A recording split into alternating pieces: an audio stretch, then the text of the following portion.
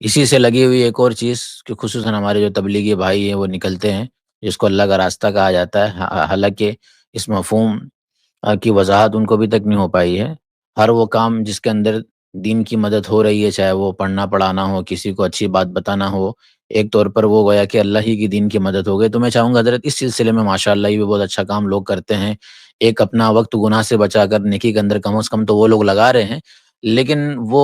اس کو تھوڑا سا گلو کے اندر جا کر سب کچھ سمجھ لے رہے ہیں، تو ان کے لیے کچھ رہبری، کچھ رہنمائی کہ ان کو آگے اور کیا کرنا چاہیے، کس طریقے سے وہ اپنے اس کام کو ترقی تک لے کے جا سکتے ہیں، اور جس طرح وہ اس کو اہمیت دے رہے ہوتے ہیں، اس اہمیت دینے سے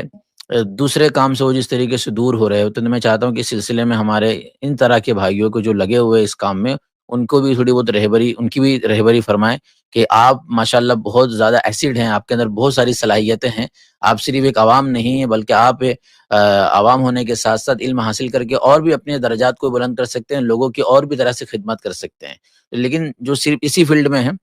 جو ایک ہی طریقہ کار کو اختیار کیے ہوئے ہیں اور اسی کو سب کچھ سمجھ رہے ہیں، تو میں چاہوں گا ان کے لیے کچھ رہبری، کچھ رہنمائی اور پیار محبت سے ان کے لیے کچھ ایسی محبت کی نصیحتیں کہ جو ان کے لیے بھی فائدہ مند ہو، ہمارے لیے بھی فائدہ مند ہو۔ جی بالکل بالکل، یہ تو واقعتاً بہت اچھا کام ہے۔ تو جو لوگ اس کام سے جڑے ہوئے ہیں ان سے سب سے پہلے تو میں یہ کہوں گا کہ اس کام کا جو اصل مقصد ہے اس کو جاننا ضروری ہے۔ جب تک اصل مقصد نہیں جانیں گے تب تک اس کام میں کامیابی نہیں مل سکتی ہے۔ اب ہوں، اس کام کا اصل مقصد کیا ہے تو میں آپ کو کتاب کے حوالے سے بتلاؤں گا۔ حضرت مولانا یوسف صاحب کاندھلوی رحمۃ اللہ علیہ، جو حضرت مولانا محمد الیاس صاحب نور اللہ مرقدہ کے صاحبزادے تھے اور جن کو حضرت مولانا یوسف صاحب کاندھلوی رحمۃ اللہ علیہ کہا جاتا ہے، ان کی سوانح لکھی حضرت مولانا محمد ثانی رحمۃ اللہ علیہ نے۔ جو مولانا محمد رابع رحمۃ اللہ علیہ تھے ان کے بڑے بھائی تھے مولانا محمد ثانی رحمۃ اللہ علیہ، ہوں، انہوں نے سوانح لکھی ہے۔ اس سوانح کے اندر حضرت جی مولانا یوسف صاحب کاندھلوی رحمۃ اللہ علیہ کا ایک خط نقل کیا ہے، اور یہ خط حضرت جی مولانا یوسف صاحب کاندھلوی رحمۃ اللہ علیہ نے میاں جی محمد عیسیٰ رحمۃ اللہ علیہ کو لکھا تھا۔ اس ہوں، خط کے اندر اس کام کے دو مقاصد بیان کیے۔ پہلا مقصد یہ بیان کیا ہے کہ اس کام کا مقصد ہے دین کو سیکھنا۔ کیا مطلب دین کو سیکھنا؟ کہ ہمارے عقائد درست ہو جائے،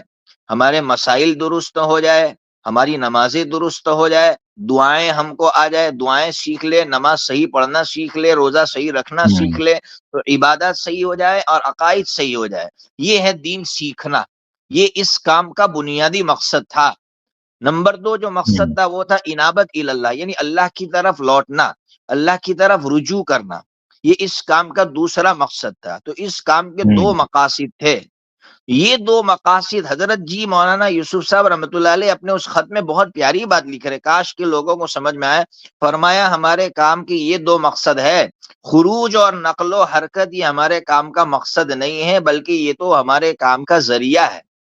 آج ہوں، لوگوں نے اس ذریعے کو مقصد بنا لیا۔ جب اس ذریعے کو مقصد بنا لیا تو نہ دین سیکھ رہے ہیں اور نہ اللہ کی طرف رجوع ہو پا رہا ہے۔ اس لیے تبلیغ سے جڑے لوگوں کو سب سے پہلے اس کام کا مقصد سمجھنا ہوگا کہ اس کام کا اصل مقصد ہے دین سیکھنا۔ اور ظاہر سی بات ہے جب یہ مقصد سامنے ہوگا تو جو غلو ہو رہا ہے کہ علماء کو وہ خاطر میں نہیں لا رہا ہے اور علماء کی خدمات کو وہ کچھ بھی نہیں سمجھ رہے، تو پھر وہ علماء کی طرف رجوع کرنا سیکھیں گے، اس لیے کہ دین علماء کے بغیر حاصل نہیں ہو سکتا ہے۔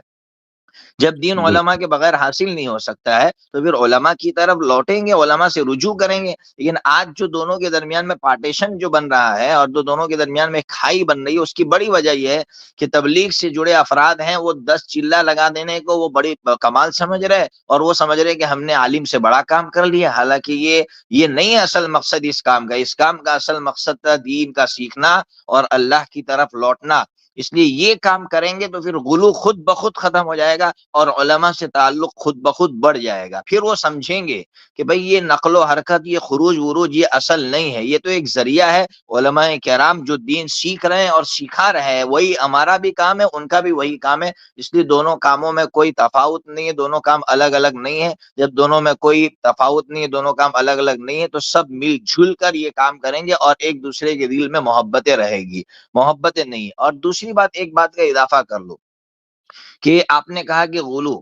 حضرت جی مولانا الیاس صاحب نور اللہ مرقدہ نے اس ہوں، کام کا جو نصاب بنایا جس کو 6 نمبر کہتے ہیں، حضرت مولانا حضرت مفتی سعید احمد صاحب عالمپوری نور اللہ مرقدہ وہ ہمیشہ ایک بات کہتے تھے اور کہتے رہے تھے حضرت کہ یہ جو 6 نمبر ہے یہ صرف ان لوگوں کے لیے نصاب بنایا گیا جو دین سے بالکل واقف نہیں، یہ علماء کے لیے نہیں ہے، اس لیے علماء کو اس نصاب کا پابند بنانا یہ بہت بڑی غلطی ہے، یہ علماء کو اس نصاب کا ہرگز پابند نہیں بنانا چاہیے۔ علماء کے پاس تو قرآن ہے، حدیث ہے اور فقہ ہے اور تاریخ ہے، مختلف فنون ان کے پاس ہوتے ہیں، اور ہر طرح کا موضوع ان کے سامنے ہوتا ہے، اس لیے علماء کو 6 نمبر کا پابند بنانا اور یہ سمجھنا کہ 6 نمبر میں ہی سب کچھ آ گیا، یہ غلط ہے۔ 6 نمبر کا نصاب صرف ان لوگوں کے لیے بنایا گیا تھا جو دین سے بالکل واقف نہیں تھے۔ تو 2 چیزیں میں نے رکھی، ایک تو اس کام کا اصل مقصد سمجھے تبلیغ سے جڑے افراد، اور یہ جو 6 نمبر کا نصاب رکھا گیا تھا وہ کیوں رکھا گیا تھا، تو انشاءاللہ آپس کی جو غلط فہمیاں ہیں وہ ختم ہو جائے گی، اور ہر کام کو وہ کام سمجھیں گے